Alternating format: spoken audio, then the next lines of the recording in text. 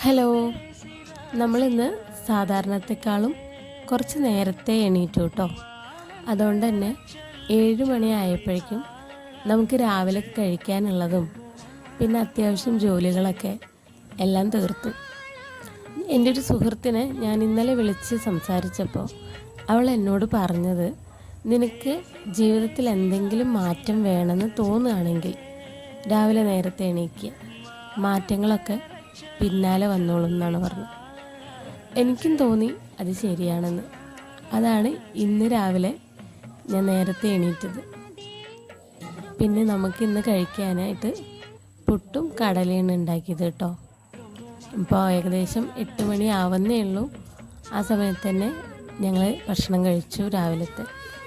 ഇന്ന് ഒരുപാട് സമയം നമുക്ക് കിട്ടി, കുറേ ചെടികൾ വെക്കാനും കുറേ നേരം ഇരുന്ന് സംസാരിക്കാനൊക്കെ.